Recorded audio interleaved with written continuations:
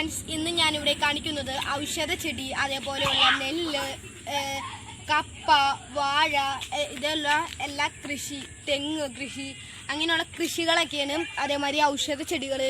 അപ്പം നമുക്ക് കാണിക്കാം, ഔഷധ ചെടികളൊക്കെ നിങ്ങളെ കാണിക്കാം. അപ്പം ഇവനാണ് നമുക്ക് ഇവിടെ നെല്ല് കാണിച്ചു തന്നത്. ഇവനാണ് ഇവിടുത്തെ മെയിനായിട്ട് കപ്പ കൃഷി, അതേപോലെയുള്ള ഇവൻ്റെ അപ്പാപ്പനൊക്കെയാണ് കൃഷിയൊക്കെ നടത്തിയത്.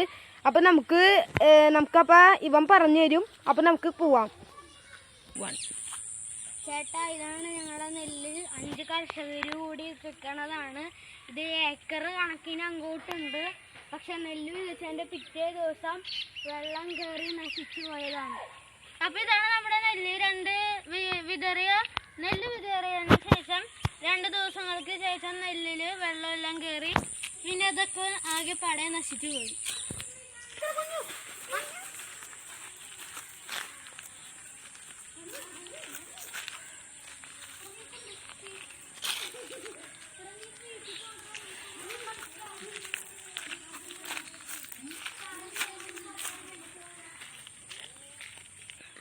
അപ്പൊ ചേട്ടാ, ഇതാണ് കറ്റാർവാഴ. ഇതാണ് നമ്മുടെ കറ്റാർവാഴ. ഇതിന്റെ ഉണ്ടായ തൈനെയൊക്കെ നട്ടേക്കുന്നതാണ്. ഇതാണ് അപ്പൊ ഞങ്ങളുടെ വീട്ടിലുള്ള തുളസി. ഇതിപ്പോ മഴ പെയ്ത അത്തിരൊക്കെ നശിച്ചുപോയി. തുളസി. ഇപ്പൊ ഇതാണ് ഞങ്ങളുടെ വീട്ടിലുള്ള പനിക്കൂർക്കല്ല. അടുത്തതായി നമ്മൾ കാണിക്കുന്നത് പനിക്കൂർക്കയാണ്. ഇത് ആരോഗ്യത്തിന് നല്ലതാണ്. പിന്നെ ഇത് ലോ ബേഡ്സ് എന്ന് പറയുന്ന കിളിക്കൊക്കെ കൊടുക്കുന്നത് വളരെ നല്ലതാണ്. ഇതവർക്ക് ഭയങ്കര ഇഷ്ടപ്പെട്ട ഒരു തീറ്റയും കൂടിയാണ്.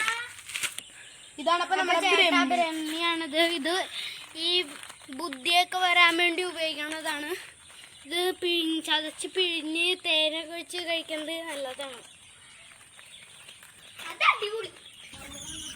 ഇതാണ് അപ്പൊ ലവ് ബേഡ്സ്.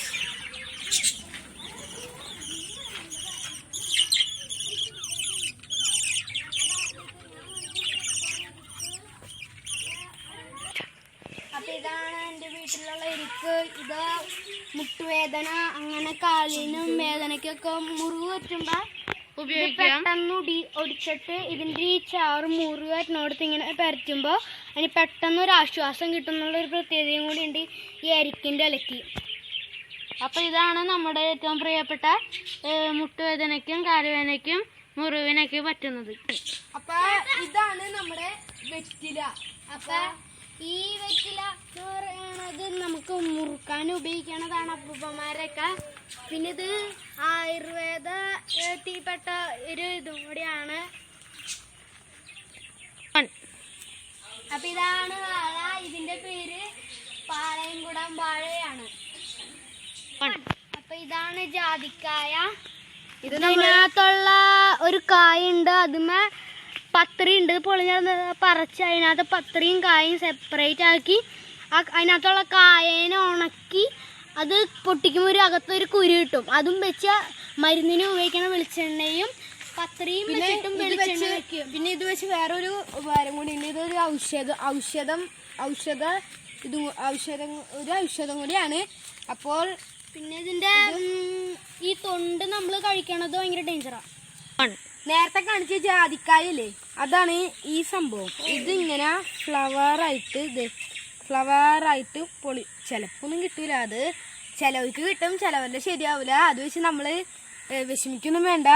ഇത് വെച്ച് ഇത് ഉണക്കി കഴിഞ്ഞ് കഴിഞ്ഞാൽ ഇത് കൊടുത്താൽ നല്ല കാശ് കിട്ടും. നല്ല കാശൊന്നുമില്ല, 1 കിലോന് 250 ഒക്കെ എത്ര കിട്ടും. അടുത്ത നമ്മൾ കാണിക്കുന്നത് മുളകാണ്. അപ്പൊ നമുക്ക് മുളകിലോട്ട് പോവാം. ഇത് കാന്താരി മുളകാണ്. കാന്താരി മുളകിന്റെ ഇത് ഇപ്പൊ പാകമായിട്ടില്ല, ഇത്തിരിയും കൂടി പാകമാവാനുണ്ട്. ഇതതിന്റെ പൂക്കളാണ്. പൂക്കള് ഇപ്പൊ നല്ല പോലെ വന്നിട്ടുണ്ട്. കൂടുതൽ മുളകിന് കണ്ടെങ്കിൽ ഇതുണ്ടോ മുളകാണിത്. ഇത് അത്യാവശ്യം മൂപ്പായി തുടങ്ങിയിട്ടുണ്ട് ഈ മുളക്. ഇത് നമ്മൾ കറിക്കല്ലാണ്ട് ഇത് നമ്മൾ ചൊറുക്കിയ മുളകിട്ട് രാവിലത്തെ കഞ്ഞിക്കൊക്കെ നമ്മൾ കഴിക്കണത് കൂടി സാധനമാണ്. ഇത് മഞ്ഞള്, ഇത് ഇഞ്ചി, ഇത് മറ്റേ കടയിൽ നിന്നൊക്കെ കിട്ടണ ഒരു തരം മുളകില്ലേ, അതാണ് ഇത് ഇഞ്ചി.